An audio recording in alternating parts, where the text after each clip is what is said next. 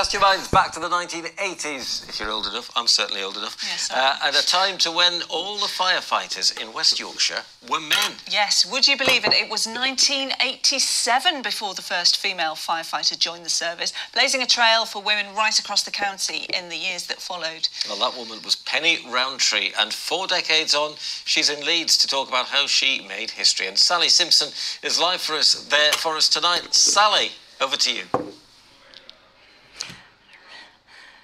Yes, Penny earned her place in history all those years ago and also gained something of celebrity status. A couple of years after she joined the fire service, she was the subject of a Yorkshire television documentary which marked her milestone in becoming what it described as West Yorkshire's first firewoman. There's a phrase you don't hear anymore. Let's take a look.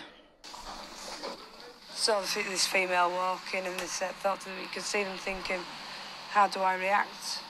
But they soon learnt, they soon realised that working with a female, hard at first, but they get to know me and I get to know them. And we right as rain then, fine. There's been difficulties, but like changing facilities or toilets and stuff like that, you know, just nip into the loo or something. But that's the only thing, that's the only problems we've really had, that's the only difference between me and them. It was just body structure.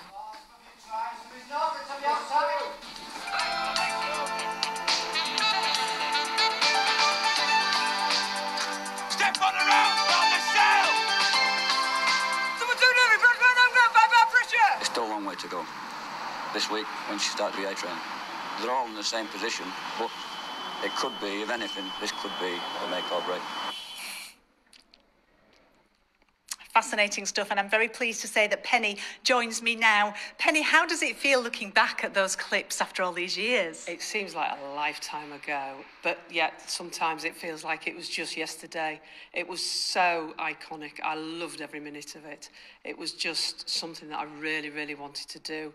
The uniforms have changed, but I don't think the job's changed that much. You were only 18 when you joined the fire service. How much pressure did you feel as the first female firefighter?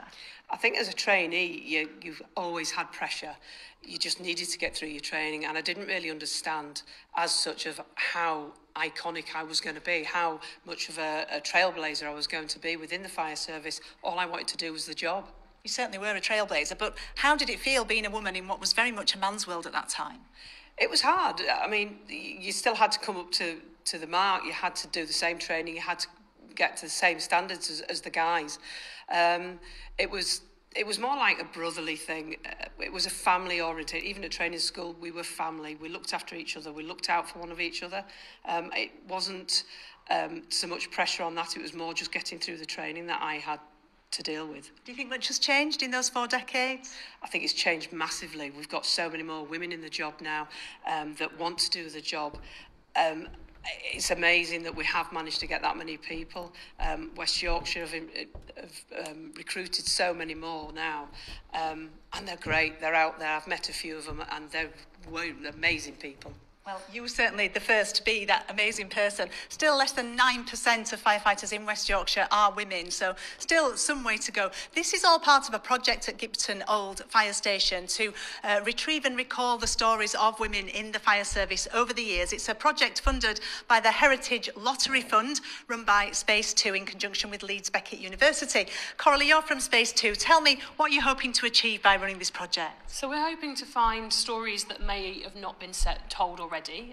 Penny's stories is one of them, but we hope that lots more people will come forward and have those stories.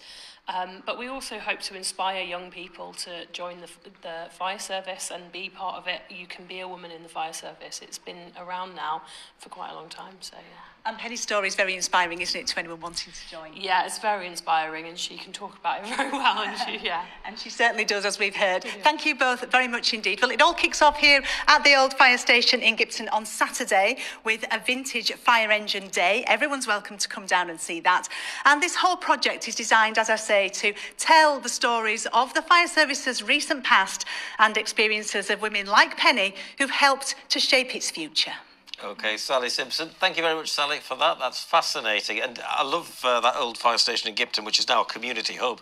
The fire station moved a few years ago down the road to Killingbeck, which is where they're now based. And, well, it's still on the go as and I hope as a that Penny museum. inspires some more women to join the firefighters. Be good, wouldn't it?